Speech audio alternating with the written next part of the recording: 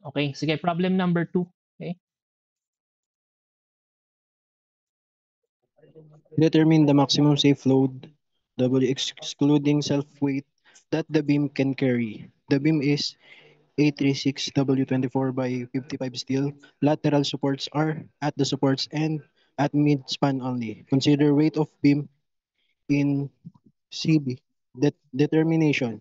A. Determine if the section is compact, non-compact, or slender. B. Determine the plastic moment of the given section in Kn. C. Define limiting lengths. D. Calculate the value of moment gradient factor.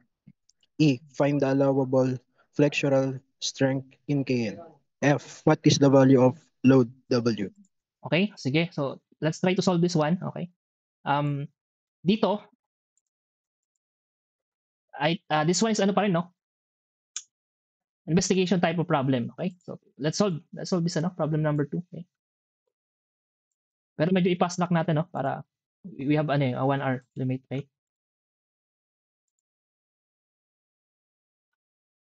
Okay, so yung take away natin dito, I would teach yung paano mag-calculate ng gradient moment factor yung C sub B. Okay? Sige, solution tayo.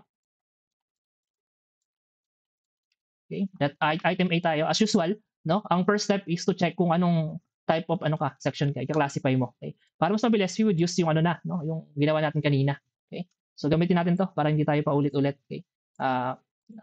Anyways, ang gusto lang naman natin ma-prove is compact section tayo. Okay?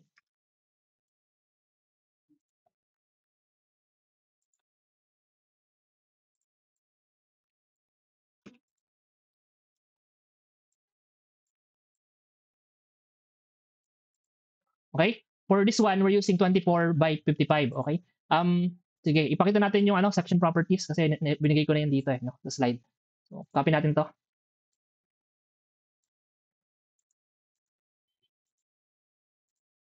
Okay?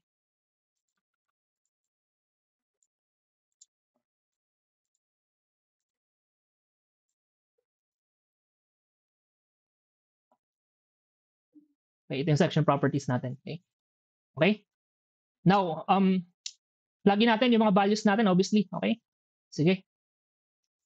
First, itong flange, no? Classification for compact or non-compact. Okay? Yung parameters natin, B sub F and thickness of flange. 178.1, 12.8. Okay? Sige. Siguro ano na, no? Hindi, bibilisan ko na, no? Pakibigay na lang sa akin yung value. Okay, ito yung equation, B sub F over twice the thickness of flange. Okay, paki-plug in yung values. Ilan yung value? 6.96 po. Okay, sige.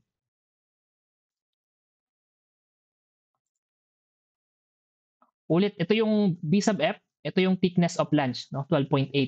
So, ang formula natin is B sub F over twice the thickness of flange. So, yung sagot dito is 6. 96 po. Okay, sige. 6.96. Okay? 6.96. Similarly, i-compare natin yan with the limiting weight to thickness ratio. Ito yung equation natin for compact section for flange.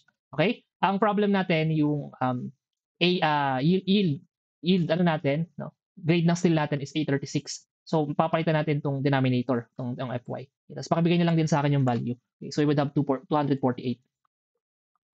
Okay? Pakibigay sa akin tong value. Okay, ilan to? 10.11. 10.11. Tama? 79 po. 79. Okay. So, formulate conclusion, actual lambda is less than lambda sub P. So, meaning flange is compact. Okay? Punta tayo sa web. Pagdating sa web, ito yung formula for actual lambda. Okay? Which is H over thickness of web. Ito yung kung ano niya, no? More detailed. So, dito, siguro, hindi ko na no? I would let you do the calculation na lang. Sige. So, ilan yan, no? From this equation, okay? Yung depth, no? Minus twice K design thickness of web. Okay? Ito yung depth, 599.4. Yung K design ito, 25.7. Yung thickness of web is 10.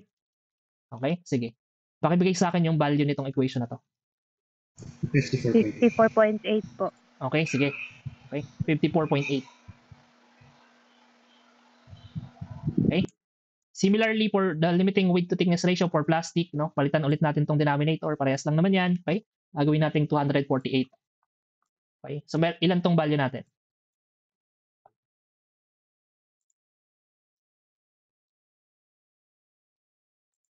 106.78 po. Okay? 106.78. Okay. So, ganun pa din, no? Lambda is less than lambda sub p, meaning yung web mo is compact. Overall conclusion natin, yung section natin is compact, yung section 506.2 is applicable. Okay? Applicable.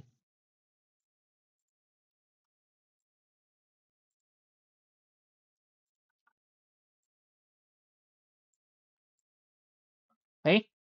Next item tayo, okay, item B. Define the plastic moment MP of the given section. Okay? So, madali lang.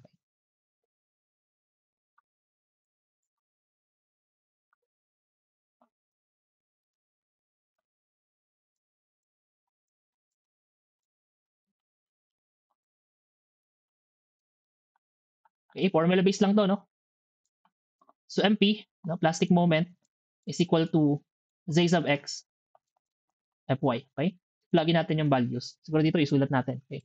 So, yung plastic section modulus, Z sub X nung section natin, 2195.87 times 10 to the third. Okay?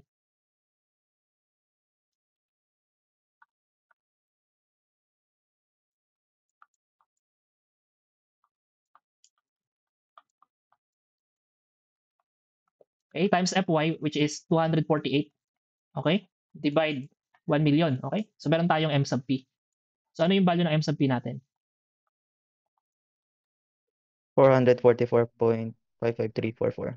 544.5 55344. Teka muna, parang may mali tayo dito, no? Check lang natin mabilis yung value ng Z sub X, guys, no? Z sub X is 0.87, no? 2195.87. Okay.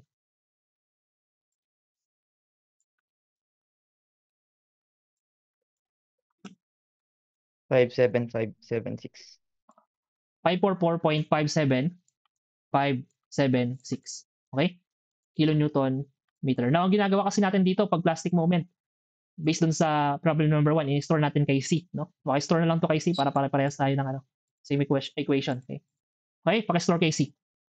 Now, okay na tayo sa plastic moment, gagamitin natin mamaya yan. Let's proceed on next item. Okay? Which is define the limiting lengths. Okay? So yan, ang purpose niyan is para malaman natin kung ano bang case tayo magpo-poll, no? Ano bang case tayo? Sige. So let's check yung limiting lengths natin. Okay?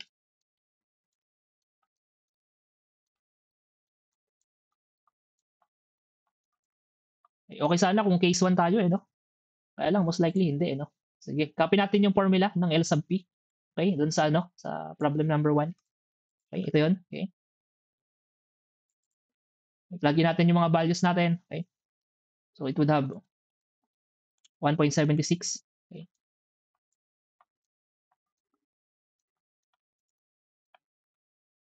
F sub y natin is 248. Okay? Kunin natin yung R sub y natin on the section property. Okay? So that is 34.04. Okay?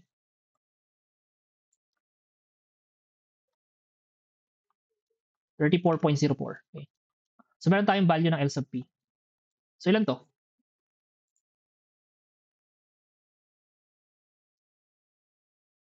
1,701.341. 34103. 03. Okay. Okay, sige. Now, compare natin yung actual, no? Actual unbraced length. Now, going back dito sa figure, you could see na ang bracing natin, no? Nilocate niya doon sa support tsaka doon daw sa midspan. Okay? So ibig sabihin, ang representation natin ng unbraced length natin, ito 'yon, no? Ito 'yon. Ito yung L sub B natin, no? L sub B1 or L sub B2, whatever the case, parehas lang naman sila. Even yung moment diagram nito, parehas lang din. Okay? Pag kinuha mo yung dito sa kabila, parang naka-mirror ka lang, di ba? So ito yung L sub B natin, 4.5, no? Unbraced length. Okay? So therefore, we could say na yung natin, yung L sub B, unbraced length natin, based sa figure, is equal to 4,500, no? Millimeter. Okay? Well, alam mo na kaagad, no? Kapag lumampas ka dyan sa LP, okay? Based dun sa figure na pinakita natin kanina, no? Kapag LB is greater than L sub P, okay? Either yan eh. Hindi ka case 1 pero either ka, no? Either case 2 or case 3. So kailangan pa natin ng another limiting lengths, no? Okay? So we need to check LR. Okay? Okay? Now, yung formula ng LR, okay? So I would simplify again para matapos tayo kaagad. Kunin natin dun sa problem number 1. Okay? So ito 'yun. Okay?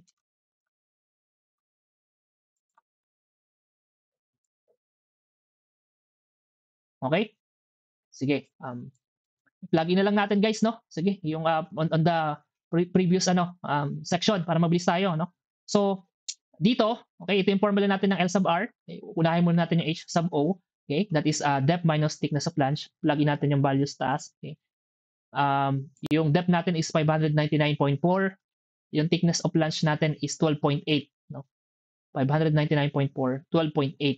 So, ito yung galing sa kabilang section. Okay, paki-double check na lang. 586.6 daw. Okay, yung ating H sub O. Okay. Paki-check na lang. Okay. Okay, tama ba? Tama, sir. Yes, Yes, sir. okay. Sige, kunin natin tong ratio na to. Okay, yung E over 0.7 Fy. Ito na yung value. Babaguhin lang natin yung F sub Y. Okay? Ito raw yung value. Okay? Tama ba? Yes, sir. Okay. Paki-store sa A. Paki-store sa A. Okay? Similarly, itong JC over S sub X H sub O, ito yung equation natin. 491.15 times 10 to the third times 1.0. 1868.13 times 10 to the third. 8 times 586.6 ina-calculate natin na H sub O. Okay? Tapos ito daw yung value. Apat na no? Raised to negative 4 ata to. Hindi ako nagkakamali. 0.000448 daw. Okay? Tama rin ba? Yes, sir. Okay? Paki-store sa sa B. Okay? So naka-store na lahat. Okay? Paki-plug in nyo dito sa value para ma-double check lang natin yung gawa nila. Okay? 1.95 R sub TS 43.69, okay? Times A times the square root of B, okay? Times square root of 1, okay? Plus square root of 1 plus 0.76, sorry. Okay? Times inverse of A, inverse of B squared. Okay? And then pakibigay kung similar yung binibigay ng L sub R.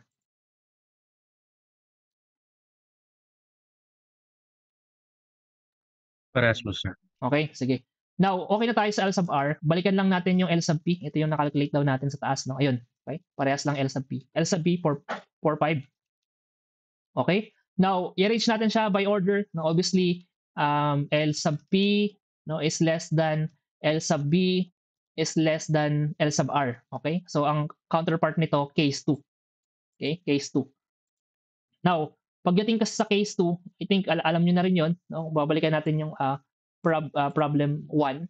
Okay? Supposedly, yung moment equation natin, nominal moment equation natin, no? For case 2, ito na. No? Ito na eh. Okay? Itong medyo mahaba, no? Na equation actually sa lahat ng case, ito yung mas mahaba eh. Okay? Ito yung equation natin for nominal moment. Okay? Ang problem natin dito, although na-define na natin lahat ng parameter, yung C sub B. Okay? Pinapa-calculate niya. Okay? Kaya yung next item, okay, balik tayo sa problem. Calculate the value of moment gradient factor. No? Tapos, find the allowable flexural strength. No? ASD tayo sa problem na to, by the way. No? Allowable eh. Okay? So, unahin muna natin yung D. No? Yung gradient moment factor, C sub B. Okay? Solve natin to.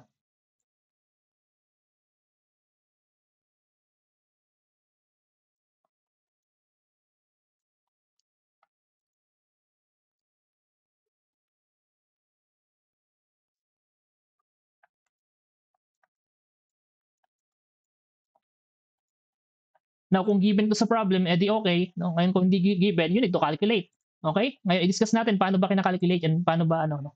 Okay, ano ba yung gradient moment factor na yan? No? As per textbook, basically, ang purpose daw nung C sub B is it would adjust yung moment strength no? Nung given system mo.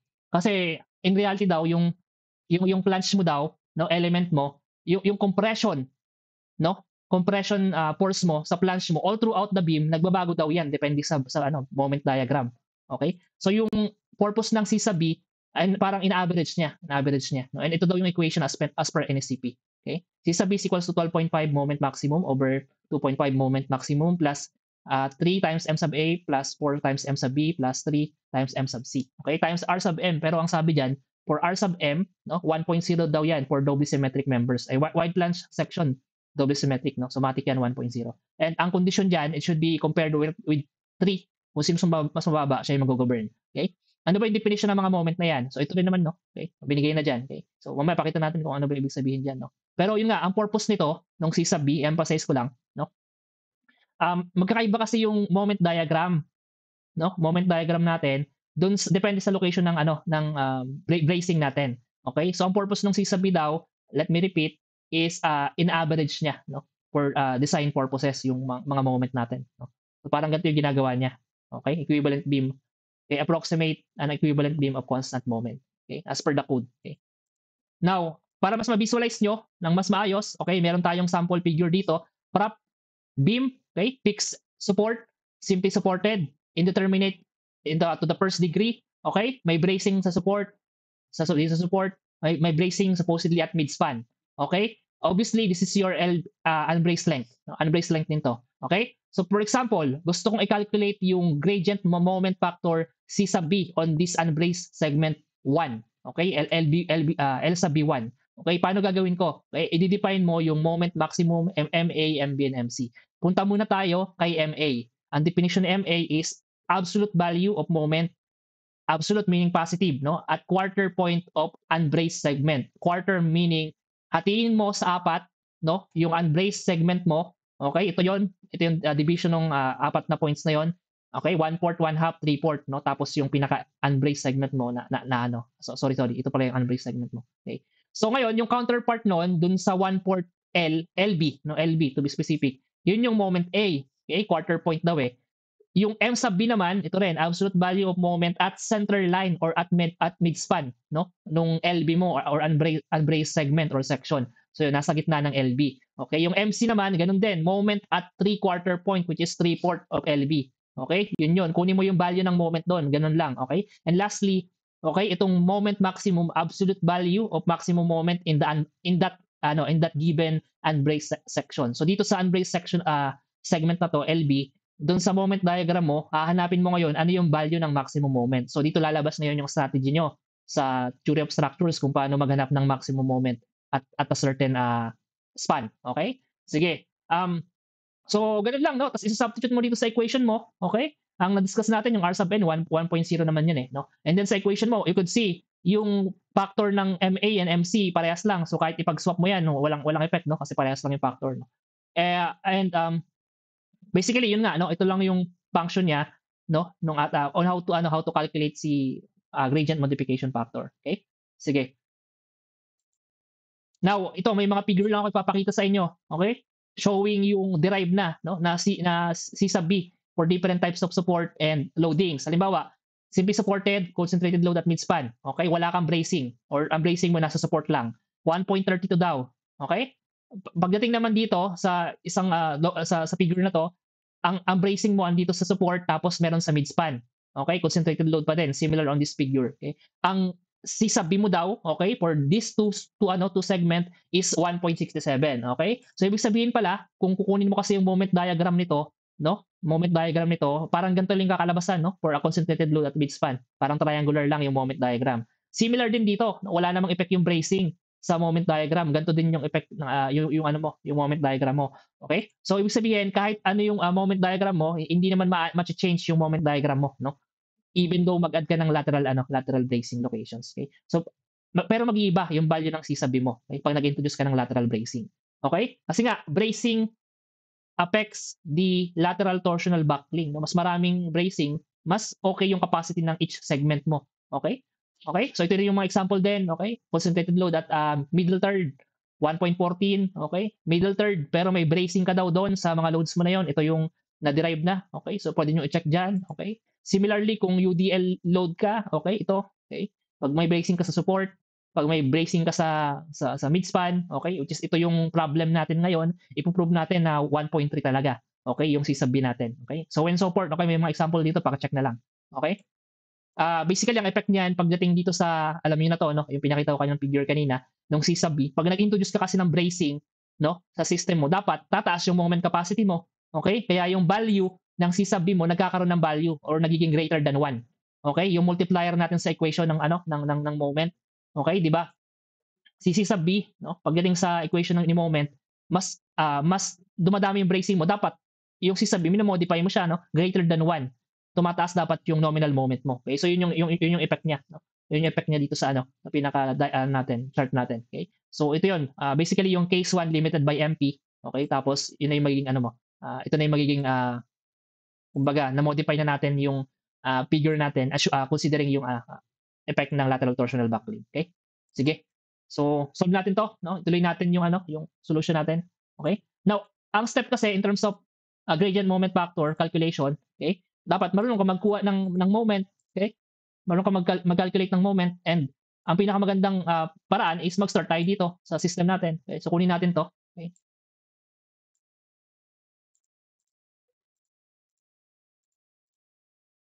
Okay?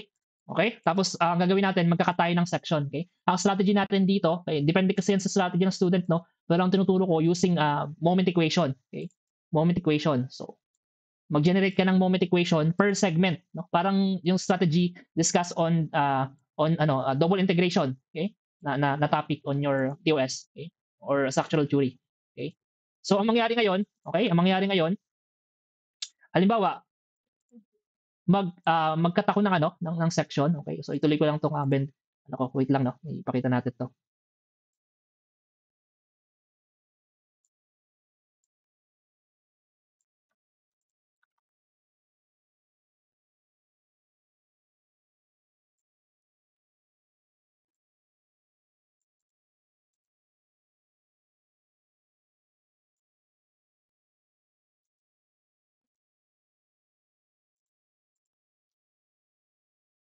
Okay? So ang first step nito obviously is to define yung reaction, no? Pag gusto mo i-define yung moment equation mo, okay?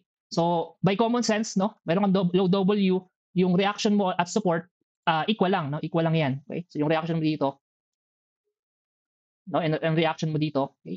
If UDL yung load mo is ano, simply as simple as ano, WL over 2, 'di ba? As simple as that. Okay? Dito rin WL over 2. Okay? So by symmetry, no? You could say na okay?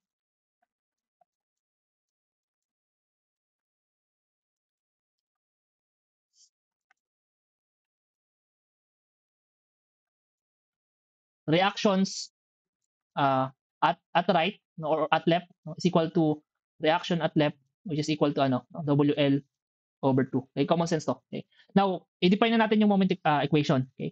Yan kasi yung pinakamabilis eh. Kung gusto mong malaman yung moment at any random distance, no. Okay, moment equation. Okay, and as per discussion on double integration, no, na topic sa pagdating yan sa ano, beam deflections, no. Yung moment equation mo, naka-base yan una sa loadings mo, okay? Tapos sa support mo. Okay? Kung may variation sa loadings, nag-iiba yung moment equation. Okay? Ngayon, dito sa system natin, isa lang naman, no? Parehas lang naman yung uniform lang yung load. Okay din yung support system mo, walang changes. Ibig sabihin, from point 0 to distance L, no? Iisa lang yung pinaka-moment equation natin. So from sabihin natin at random distance x, no? At this range, okay? Ito yung magiging moment equation natin. Okay? So ang strategy, okay, again is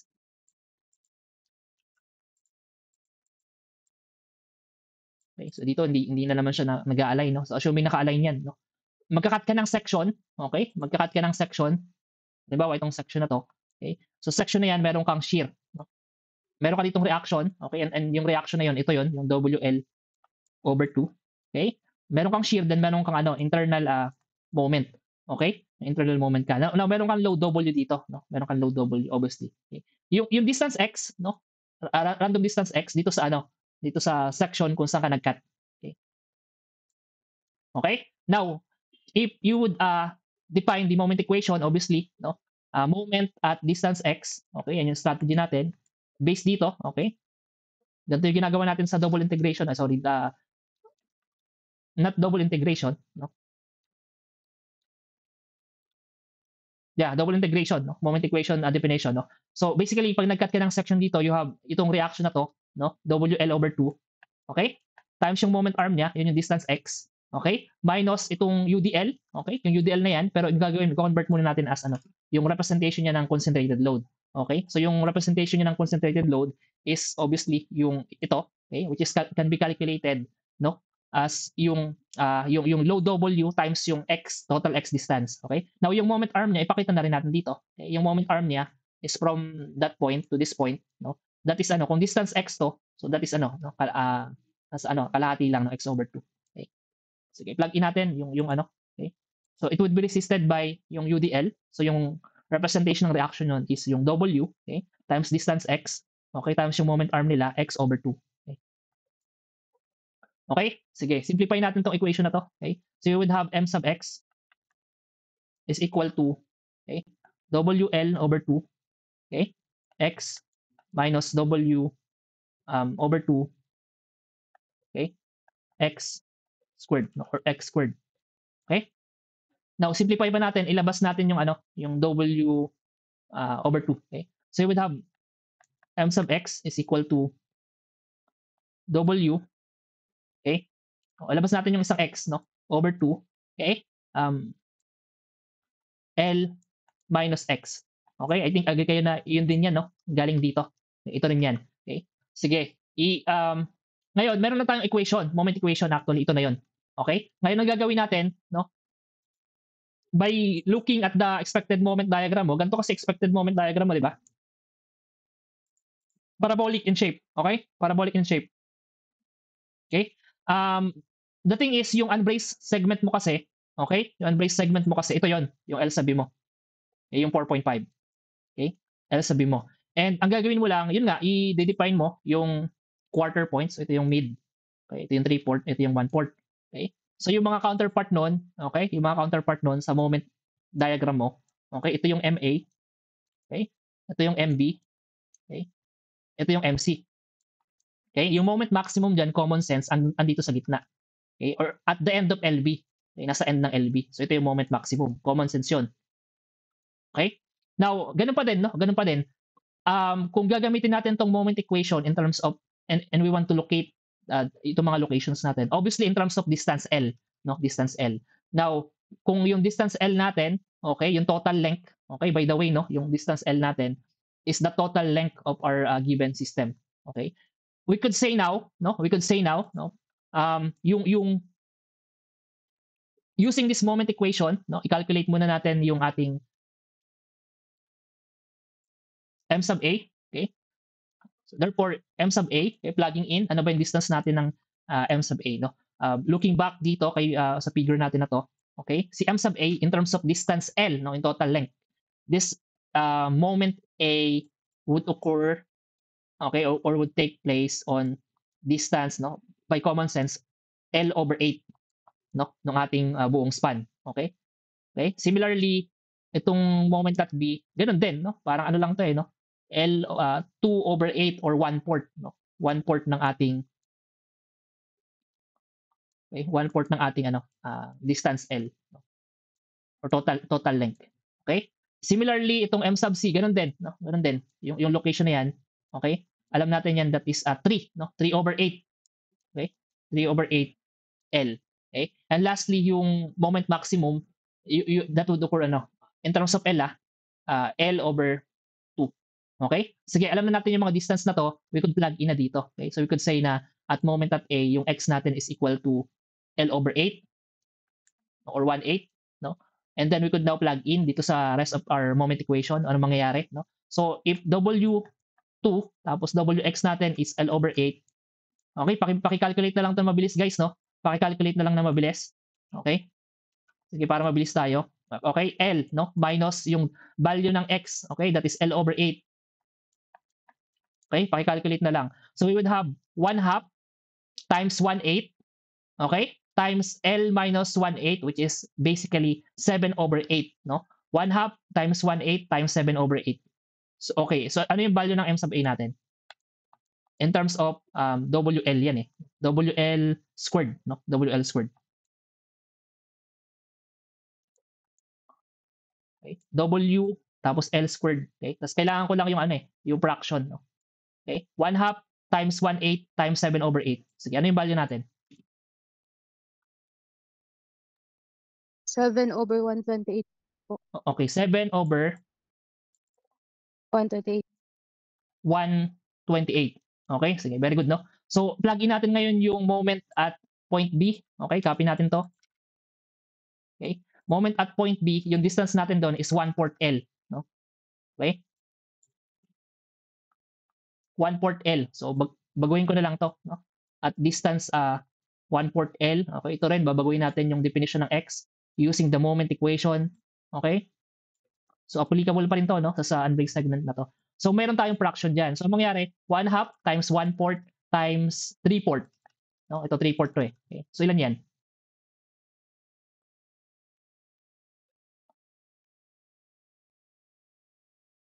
Ilan to?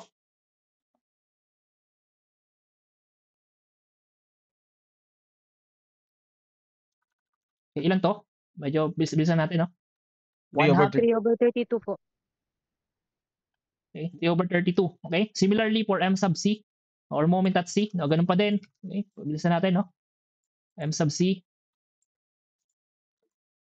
Okay? X natin doon is at distance 3/8, no? 3/8L, no? 3/8L. Okay?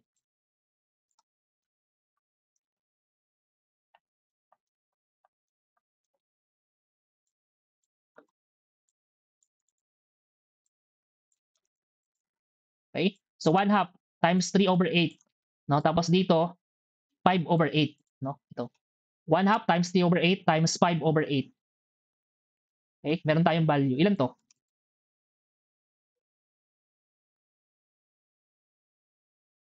15/128. 15/128. Okay, sige. Okay? Now, lastly, yung moment at maximum. Okay? No? Substitute pa rin natin dito. Sige. Pero alam niyo na to eh, no? Alam niyo na yan eh. That is simply WL squared over 8. No? Alam niyo na yan kahit nakapikit eh. Pero sige, pakita pa rin natin dito, no?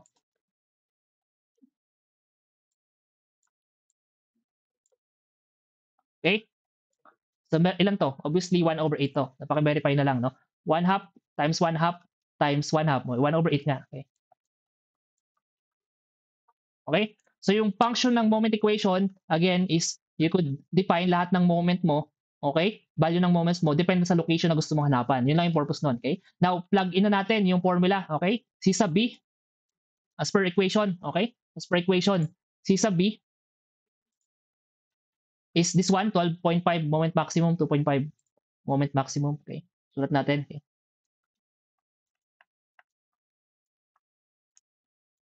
Plus, no? 3 times moment A, no? Pakita lang natin dito, okay? Plus 4 times moment B plus 3 times moment C. Okay? Numerator 12.5, no? Moment maximum. Okay? Now, hindi mo na kasi kailangan i-calculate yung lahat ng WL, yung mga value ng WNL mo. Maka-cancel out lang naman yon pag sinubstitute mo dito, no? Kaya ang ginagawa natin, direct na natin sa equation, no? Maka-cancel out lang yon, no? This is just a ratio, no? So kung ganun pala, okay, i-substitute na natin dito sa equation natin, okay, kasi may mga values na tayo, eh, no? So halimbawa, 2.5 moment maximum, okay, yung factor na lang yung kunin natin, that is 1/8. Okay, yung moment maximum. Okay, so let me correct this one. Okay, so this is moment max. Okay, that is 1/8. Okay, plus, okay, 3 times moment A. No, moment A natin is 7/128. Okay, plus, okay, 4 times moment at B, which is 3/32. Okay.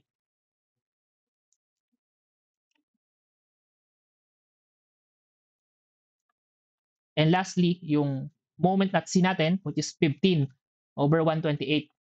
Okay? Paki-calculate na lang mabilis guys, no? Kasi medyo madami-dami to. Okay? Plug in natin yung numerator, 12.5 times moment maximum, 1/8. Okay?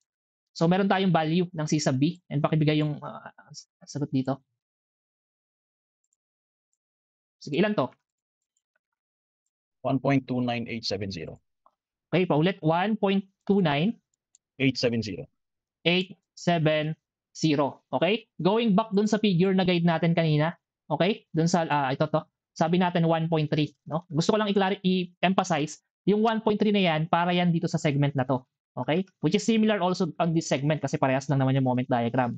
Okay? So ibig sabihin pala each segment dun sa beam system nyo or configuration nyo, kailangan yung kunan ng C sub B kasi magkakaiba yung moment diagram nila, no? Or magkakaiba possibly yung location ng bracing. Okay? Okay? Sana malinaw yun, no? So, sige, i-close out natin to. So ito yung C sub B natin. Now, malinaw na to, no? Na meron tayong C sub B. We could now proceed on our calculations. And yung calculations natin, kunin na rin natin dito sa kabilang problem, no? Para mabilis tayo kasi pare-parehas lang naman yon. Okay? Ito yun, no? Ito yun eh. Okay?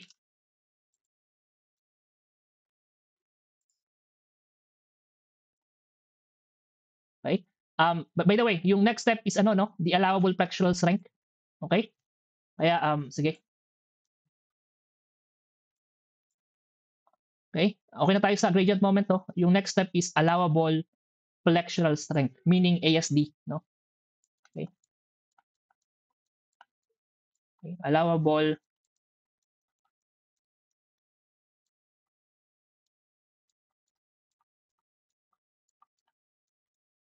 okay, M sub A. Okay? Sige. First step, yung nominal. Okay? Again, ito yon.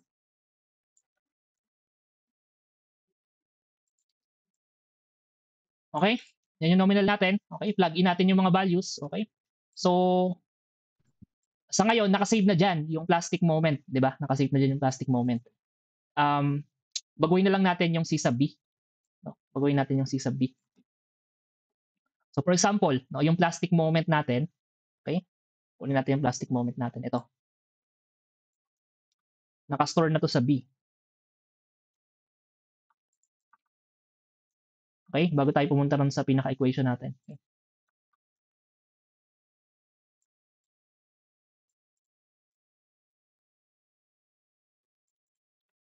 Nakastore na siya sa C. Okay? So, going back dun sa equation, okay? So, we would have Mn, okay? Okay? Times, is equal to C sub B. Ito yung value natin. Okay? Okay? Multiplied by M sub P, which is ito yung equation natin. Okay? So, plug in na lang natin dito. Okay?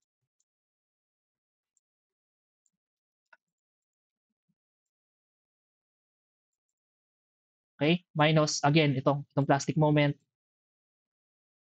Okay? So, the rest of equation is ito.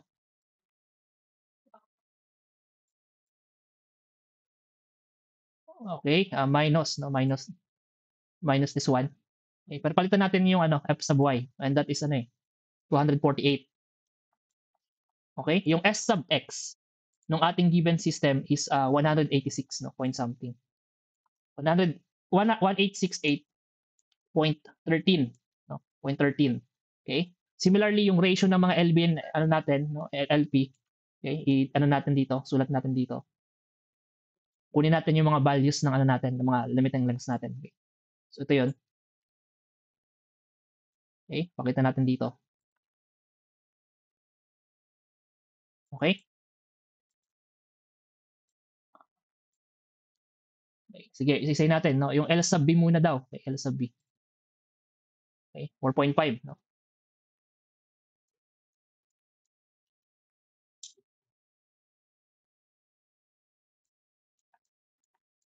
Minus L sub P, ito 'yon. Okay? Okay? Over L sub R, ito yung L sub R. Okay? Minus L sub P.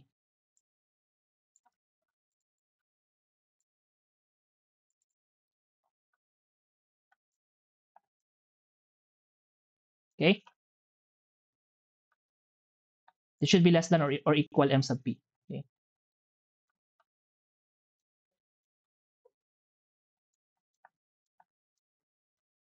Okay, let me repeat, no? May mga i-store tayo diyan. Okay? So for example, itong dalawang plastic moment na to, okay, store niyo sa C. Okay na yan no? Okay, ito is store niyo sa D and this one is sa E. Okay? So paki-calculate na lang na mabilisan, okay? Then gamitin niyo to ulit. Okay? Tapos pakibigay sa akin yung mga values. Okay? Gamitin niyo to ulit. Ano yung value ng nominal moment?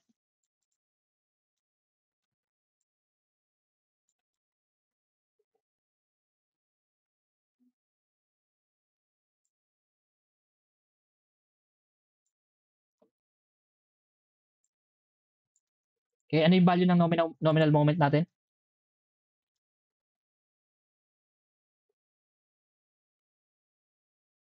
Okay, may mali tayo guys, no? Itong C sub B, obviously hindi yan 1.0. Okay, paki-correct na lang to. Ito dapat 'yon. Okay?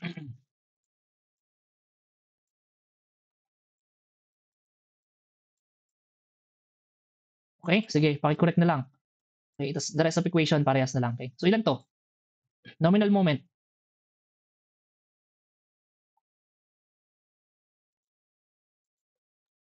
Sir, 474.84. Okay, sige, tama. Okay. 474.84 84106. 107. 107. 107. Ulit, 84107. Okay, sige. Now, comparing again with the plastic moment. Okay, plastic moment natin ito.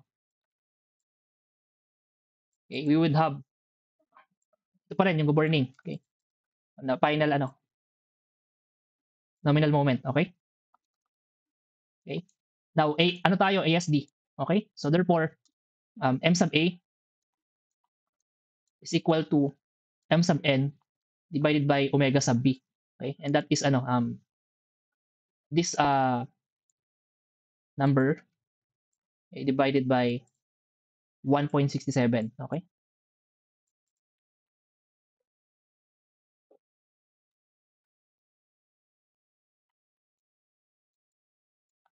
Okay? So meron tayong value ng allowable moment. Okay? So ilan tong allowable moment natin? 284.34. 200 284.335 minsan pa. 84 point ilan? 3 3597. 3597. Okay, okay to? Tama ba? 335. Okay, 335. Okay, 33597 daw. Okay, sige, okay na to. Okay. Ito na yung sagot on item B. Item E. Okay? Pero meron pang last question no? Meron pang last question. Okay, item E, allowable textural strength, no? Based yan dun sa section na provide. Okay, yung last item, ano daw yung value, no? Safe load W na pwedeng i-apply dun sa beam mo, no? Excluding self weight. Okay? Kasi may self weight yung yung beam mo, di ba? So ano daw yung additional load W na pwedeng ilagay sa beam mo bago mag-fail, no? Bago mag-fail. Okay? Yun lang yung tanong niya. Okay? Sige. So para makalculate 'yon, no, yung tawagin nating safe load W, okay?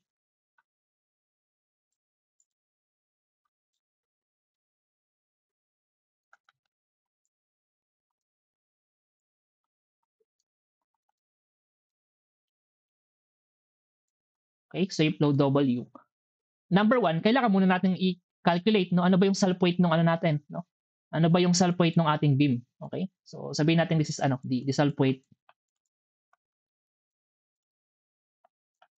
no? Okay, or sige, ganito na lang, no? Yung pinaka self weight, no? Self weight natin. Okay, or the weight total, no? Yung weight total na pwede nating i-apply doon sa beam, yung W. Okay? Is sabi natin, ano 'yon? Addition 'yon, no, ng self weight of beam. Okay? Plus yung safe load no? Safe load W. Okay? Sabi natin UDL 'yon, no? So safe load W. Okay? Tama, 'di ba? Okay, yung total is self weight ng beam plus yung safe load W bago mag-fail. Okay? Okay? Now yung self weight kasi ng beam, sabihin natin ano 'yan, weight ng beam, no? Kung hindi given yung weight ng beam, edi calculate natin. Ang sabi natin, unit weight ng steel times area. Okay? So unit weight ng steel is 77 kilonewton per cubic meter. Okay? Yung area ng section natin, no, going back dun sa natin, sa chapter 1 calculations natin, yan yung formula na ginagamit natin. 10,452, no? 10,452. 10,452. Okay? Okay? Now, meron tayong conversion dito. Pakibalikan na lang, no? Pero yung conversion natin dyan is simply 1 over 1,000 squared. Okay? Makakalculate na natin yung self weight ng beam. Okay? So, sige. Ano yung weight ng beam natin? Okay? Ilan to? Ilan to? 804.844. Supposedly hindi eh. Point something to eh. Sige, point something. 0.8048. 48. Okay? Ang unit natin is kilonewton per meter, no?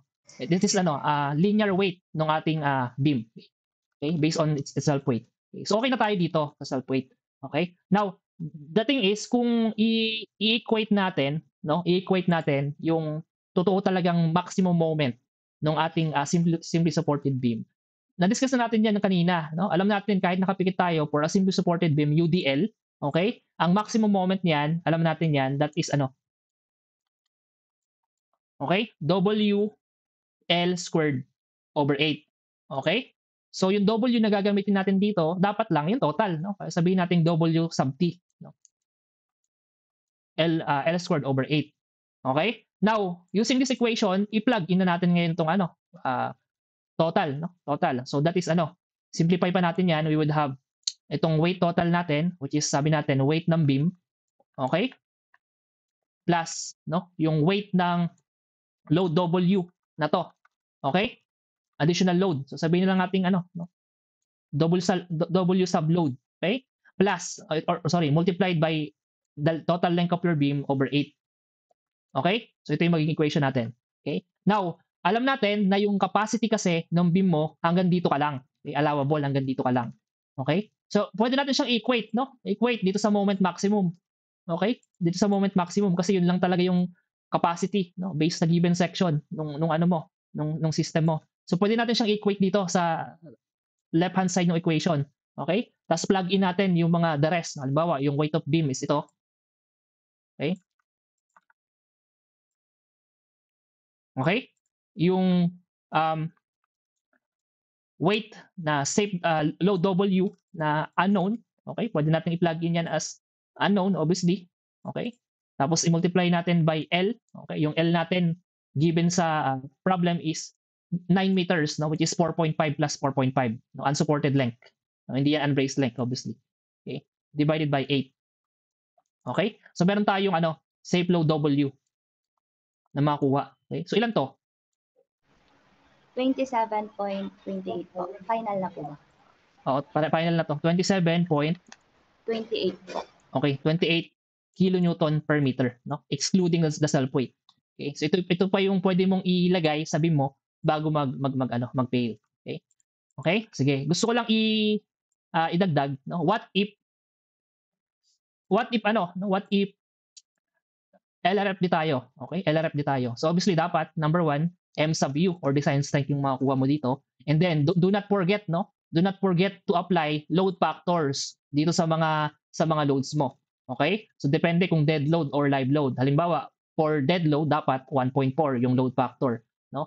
Yung live load 1.6. Kung ipa-plug in mo na siya, okay? Dito sa WT. Kasi ang assumption dito, this is the ultimate load W. Okay? Dito naman, kasi ASD tayo, no, alam natin yung load factor natin is dead load plus live load lang. Kaya hindi na natin pinakita yung 1.0 na load factor. Okay? Kasi minsan doon nagkakamali yung mga student, no, na nalilimutan nila. Kailangan you need to account for the load factors kung gagamitin mo na itong mga equations na to. Okay? Dito lang sa item F. Okay? Sige, any questions or clarifications bago natin tapusin itong session natin for tonight? Meron bang malabo dito kay problem number 2? Basically, yung takeaway nga natin, yun nga, no, yung C sub B determination kung paano mag-calculate. Basically, nakasave siya sa, nakadepend siya sa no? Sa moment diagram mo, tsaka sa unbraced length mo. Okay? So, yung ibang student, may iba't ibang strategy kung paano makukuha tong mga values na yan. Okay? Doon sa moment. Minsan, nagbibigay sila ng value talaga ng W tsaka L, no? To define. Tapos may mga numbers sila. So depende sa inyo kung anong strategy, no? Pero yung ang binibigay ko yung moment equation. Okay? So you need to review kung paano mag-generate ng moment equation per depende sa sa problem na given. Okay? As I mentioned, ang function niyan, okay, it depends dun sa type of loads. Okay? Kung may variation sa load or may variation sa support, okay? Magbabago yung moment equation mo. Okay? Sige. I think that's all for problem number 2 unless may clarification, no? On your end. Okay na ba?